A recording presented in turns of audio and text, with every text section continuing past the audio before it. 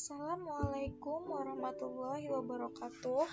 Perkenalkan, nama saya Azmi Askiyati, NPM 18310284.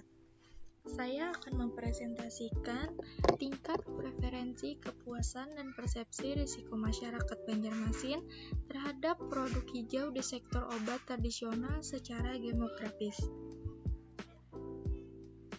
Pertama-tama saya akan menjelaskan green marketing dan green product.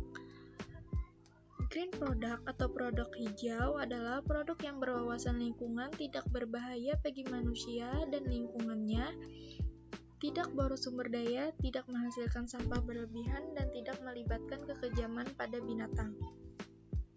Green marketing merupakan konsep pemasaran produk yang ramah akan lingkungan. Pemasar perlu memasarkan produk mereka melalui segmentasi pasar berbasis gender yang akan memberikan keuntungan dan peluang bagi bisnis mereka.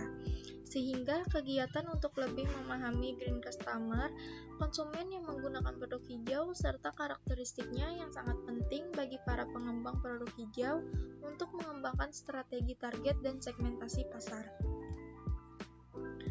Segmentasi pasar.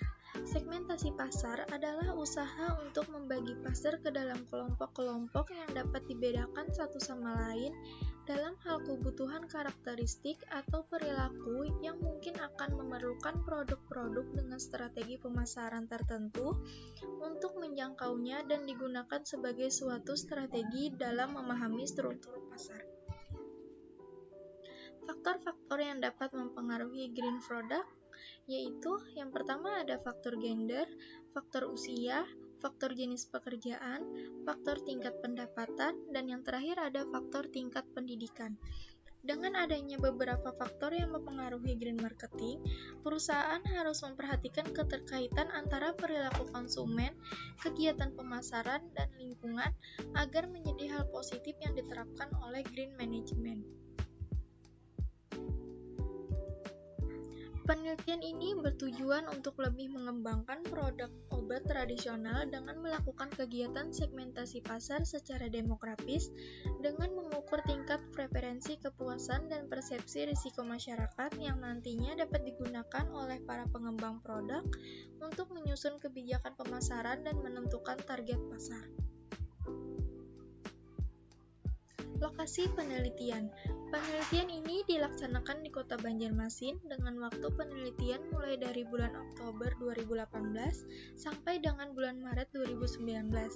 Dan populasi target dalam penelitian ini adalah masyarakat Kota Banjarmasin minimal sebanyak 150 responden. Tahapan penelitian. Merancang penelitian, menentukan populasi dan sampel, menentukan model penelitian, mendefinisikan variabel dan indikator, kuesioner, pilot study, mengumpulkan data, menganalisis data, pengujian hipotesis, dan hasil penelitian. Model penelitian. Model yang digunakan dalam penelitian ini adalah structural equation model sebagai berikut.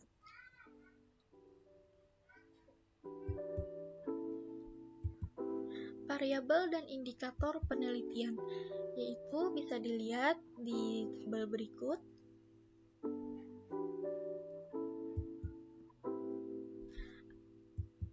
Ada metode penelitian. Ada dua metodologi yang digunakan dalam penelitian ini. Yang pertama ada deskriptif kualitatif, yang kedua ada deskriptif kuantitatif. Kuesioner yang akan diberikan kepada sampel berisikan pertanyaan sesuai tabel berikut ini.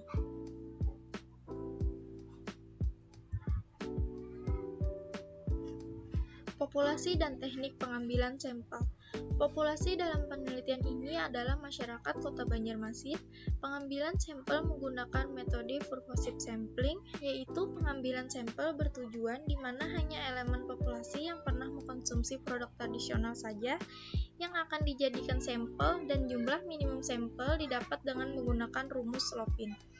Menurut data dari BPS Banjarmasin, jumlah penduduk Banjarmasin hingga tahun 2017 mencapai 675.440 jiwa dengan proporsi populasi yang mengkonsumsi obat tradisional 10% dan tingkat kesalahan absolut yang dapat ditolerir adalah 5%. Maka besar sampel minimum yang digunakan dalam penelitian ini adalah sebagai berikut dengan hasil 138 sampel. Penelitian ini akan menggunakan jumlah sampel minimal 150 sampel sehingga telah memenuhi syarat jumlah sampel yang didapat dalam perhitungan Slovin. Sebelum dilakukan analisis data, terlebih dahulu akan diuji instrumen berupa uji validitas dan uji reliabilitas kuesioner yang digunakan. Teknik analisis data.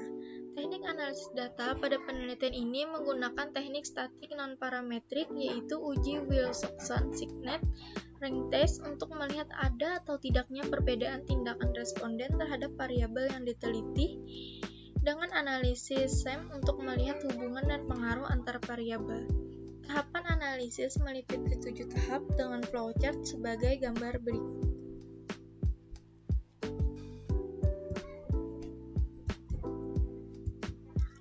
Uji kelayakan model.